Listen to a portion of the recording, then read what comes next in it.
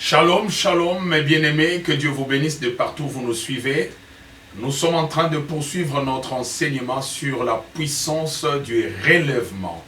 Qui dit relèvement dit restauration, redressement. Et le Seigneur est celui qui se soucie ou qui se penche afin que toi et moi, nous puissions vivre notre relèvement. Dieu ne va pas te laisser dans le pétrin, jamais Dieu est content quand l'homme est tombé. Non, non, non, non, non. Ça ne plaît pas à l'Éternel.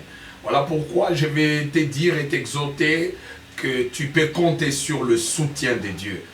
Dans le relèvement, le soutien de Dieu est très important parce que la Bible nous dit dans le livre de Jean 10, 10 que l'ennemi ne vient que pour détruire, tuer et dérober. Si le diable ne vient que pour détruire, tuer et dérober, il y a quelqu'un qui vient pour nous relever. Il s'appelle Jésus-Christ. C'est pourquoi on dit l'ennemi ne vient que pour détruire, tuer et dérober. Mais, il y a un mais le Fils de Dieu, mais Jésus, il vient lui pour nous donner la vie en abondance. La vie que Dieu nous donne, c'est ça qui nous restaure. La vie de Dieu, c'est ça qui nous relève. C'est ça qui nous redresse. Bien-aimé, le temps où tu dois récupérer ton temps perdu est arrivé. Le temps où tu dois récupérer tout ce qu'on avait volé de toi est arrivé. C'est pourquoi tu es censé bénir l'Éternel. Tu dois être content, tu dois être joyeux. Ne sois pas triste parce que l'Éternel a une parole pour toi. Pour ce soir, comme je disais, nous allons nous appuyer, nous attarder sur le soutien de Dieu dans le relèvement. Je nous invite à lire avec moi le psaume 145, le verset 14. Il est écrit: l'Éternel soutient tous ceux qui tombent, il redresse tous ceux qui sont courbés. Alléluia. Oh, l'ennemi cherche toujours à nous maintenir courbés, à nous maintenir au bas de l'échelle. Ça plaît au diable. Il veut toujours que nous soyons courbés pour que nous dépendions de lui. Mais Dieu n'aime pas ça. Si l'ennemi t'avait courbé, si l'ennemi t'avait imposé une vie d'humiliation, Jésus est venu pour que tu aies une vie de gloire, une vie de victoire, une vie de puissance. Et cela est possible parce que l'aide de Dieu, le soutien de Dieu est de taille pour ton relèvement. Plusieurs n'expérimentent pas la restauration, les redressements, parce qu'au lieu de courir vers Dieu, au lieu d'aller frapper vers au lieu de frapper vers la porte qui est Jésus-Christ, et ils courent vers les humains. Le soutien de l'homme n'est qu'éphémère. Le soutien de l'homme est saisonnier, ça ne dure pas longtemps. L'homme bien-aimé peut avoir la bonne volonté, il peut être motivé pour t'aider, mais en plein milieu de son intervention, il peut changer d'avis, il peut abandonner. Voilà pourquoi nous devons aller vers celui qui ne change pas d'avis. C'est lui qui promet et qui réalise. C'est lui qui dit un mot et qui l'accomplit. C'est Jésus-Christ. Dieu seul peut t'aider. C'est pourquoi il nous dit dans le psaume 145, au verset 14, Alléluia, l'Éternel soutient tous ceux qui tombent.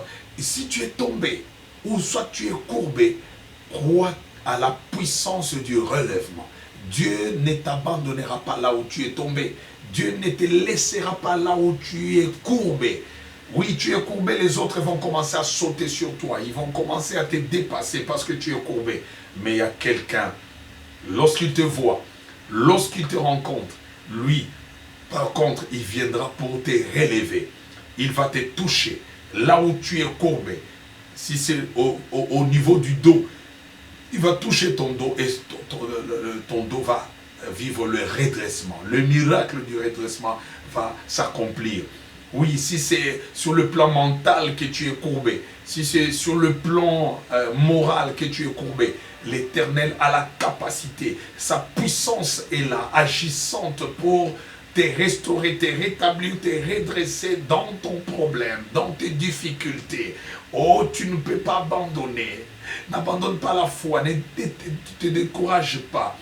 Bien-aimé, ne te sente pas seul, ne te sente pas humilié, mais au contraire, comme nous avons parlé dans l'émission précédente, si tu avais développé la sensibilité, tu es déjà dans le processus de ton relèvement. Et là, tu dois découvrir que c'est Dieu qui vient à ton secours. Le secours ne vient que de l'Éternel qui a fait le ciel et la terre. Le secours ne vient que de celui qui t'a créé. Personne ne peut te comprendre, personne ne peut te saisir, personne ne peut agir efficacement dans ta vie, dans ta situation qui te rend humiliante, que Dieu lui-même. Bien-aimés, les hommes, les humains ne sont que là pour commenter, pour te ridiculiser, pour aller propager. Ils vont dire, ah oui, lui, il exagérait, il se croyait, il se prenait pour qui? Et voilà, il a été frappé, il a été chassé, il a été viré. Oui, les hommes sont habitués à cela. Mais toi, regarde vers le secours de l'Éternel. Pourquoi? La main puissante, la main redoutable de Dieu, comme nous dit Ésaïe 59, n'est pas trop courte. Et je vois la main de Dieu devant toi. Je vois la main de Dieu rentrer dans ta maison. Je vois la main de Dieu te toucher. La main de Dieu te relever. La main de Dieu enlever la honte qui caractérisait ton témoignage et ta vie. La main de Dieu te réhabiliter, te placer, t'imposer là où on ne pouvait pas t'accepter. La main de Dieu va t'imposer. Je te l'ai dit au nom de Jésus-Christ. La main de Dieu va te faire... que dirais-je, t'imposer, même là où on doutait de toi, de tes qualités, de tes capacités, Dieu va t'imposer. Dieu va t'imposer. Si ce sont les humains qui t'imposent, si c'est un chef, le chef là va passer et les gens vont oublier ses souvenirs, son pouvoir, ils vont te virer. Mais si c'est Dieu qui t'impose, si c'est Dieu qui te maintient comme il avait maintenu Joseph à l'étranger, dans un pays étranger, la Bible dit, même après la mort de Pharaon, Joseph avait régné. Tu régneras, tu régneras. C'est-à-dire ton relèvement ne dépend pas des réseaux. Tu as essayé avec des réseaux. Les réseaux peuvent connaître un problème de fonctionnement, de dysfonctionnement, comme on dit. Mais l'Éternel, la main de l'Éternel, on ne peut jamais l'arrêter. On ne peut jamais l'arrêter. Quand Dieu décide dans sa souveraineté d'intervenir dans ta situation, même si tu es placé dans un lieu caché, dans un lieu le plus sombre de la vie, de l'histoire, l'Éternel viendra jusque là-bas. S'il s'agit d'ébranler, de détruire, de démolir le cachot dans lequel tu te trouves, Dieu le fera. Il n'a jamais eu honte de personne qu'il aime, de gens qui veulent bénéficier de sa grâce. Nous voyons dans la Bible, il l'a fait au chapitre 12 des Actes des Apôtres, lorsque Pierre a été arrêté. La Bible dit dans la prison, il était dans un cachot dans la prison. Mais Dieu est allé jusque là-bas et Dieu l'a sorti. Le geôlier, les gens qui étaient là, les surveillants, ne pouvaient pas voir la main de Dieu. La main de Dieu est invisible. Même si vous mettez des caméras de surveillance, même si vous mettez des gens au biceps impossible pour surveiller la personne que Dieu veut délivrer, la personne là sera délivrée. La personne là sortira de ce trou. Il sortira de ce problème. Complotez comme vous voulez. Agissez comme vous êtes là, méchant que vous êtes. Mais sachez que Dieu va libérer la personne que vous voulez mettre à genoux. La personne que vous avez détruit les témoignages.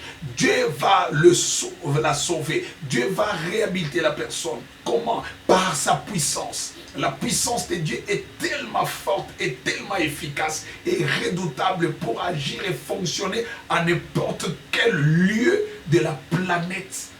Même s'il était à l'enfer, Jésus n'a pas eu peur d'aller dans l'enfer. La Bible dit, lorsqu'il était mort, il est descendu dans les zones les plus inférieures de l'abîme pour aller libérer les esprits qui étaient en captivité. Il a fait pour les esprits qui étaient dans l'enfer et pour les esprits qui sont errants ici sur terre. Dieu va les délivrer.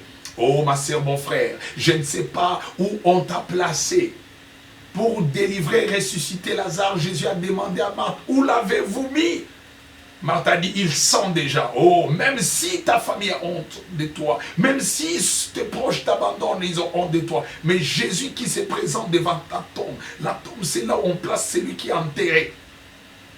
quelle que soit la tombe dans laquelle tu te trouves, Jésus, dès qu'il se présente devant ta tombe, il ne citera pas les noms de tous les autres morts, mais il citera les noms de celui qui l'a ciblé, de celui qui est venu ressusciter, de celui qui est venu guérir. Et maintenant, Jésus est venu devant la tombe de ta vie, devant la tombe de ton histoire, là où on a dit que tu n'auras pas de diplôme, tu n'auras pas de succès, tu vas demeurer médiocre, tu vas demeurer malheureux, là où ils ont fait des incantations impossibles avec le sang des moutons, le sang des coqs, là où ils ont fait des choses au bord de la rivière, ils ont fait des cérémonies diaboliques pour te maintenir dans l'ignorance, dans les oubliettes, afin que ton nom ne soit pas, ton nom ne se retrouve pas sur la liste des gens qui seront nommés. Moi, je te dis que tu sois dans l'armée, que tu sois dans la police, que tu sois dans les services de l'État, que tu sois dans n'importe quel endroit ou dans quel service où tu es privé et autres. Bien-aimé, si Dieu décide de ton élévation, personne ne l'arrêtera. Personne ne l'arrêtera. Toi qui me suis, accroche-toi à cette parole, saisis cette parole. C'est une prophétie pour toi. L'Éternel a décidé de venir te libérer. L'Éternel lui-même, par sa main glorieuse, est descendu pour te faire du bien. L'Éternel a décidé de ta restauration. Et ta restauration sera spectaculaire. De la même manière, ton humiliation a été un temps de ridicule, de la honte. Tu t'es caché, tu ne pouvais pas te présenter quelque part, tu commençais à éviter tout le monde. Je te dis que ton élévation sera avec honneur, avec louange, avec trompette. Tout le monde entendra le son de ta nomination, l'écho de ta gloire, et tout le monde viendra. De la même manière, les rois mages, là où ils étaient dans la cachette, ils ont vu une étoile qui brillait, mais qui brillait différemment. Oh, bien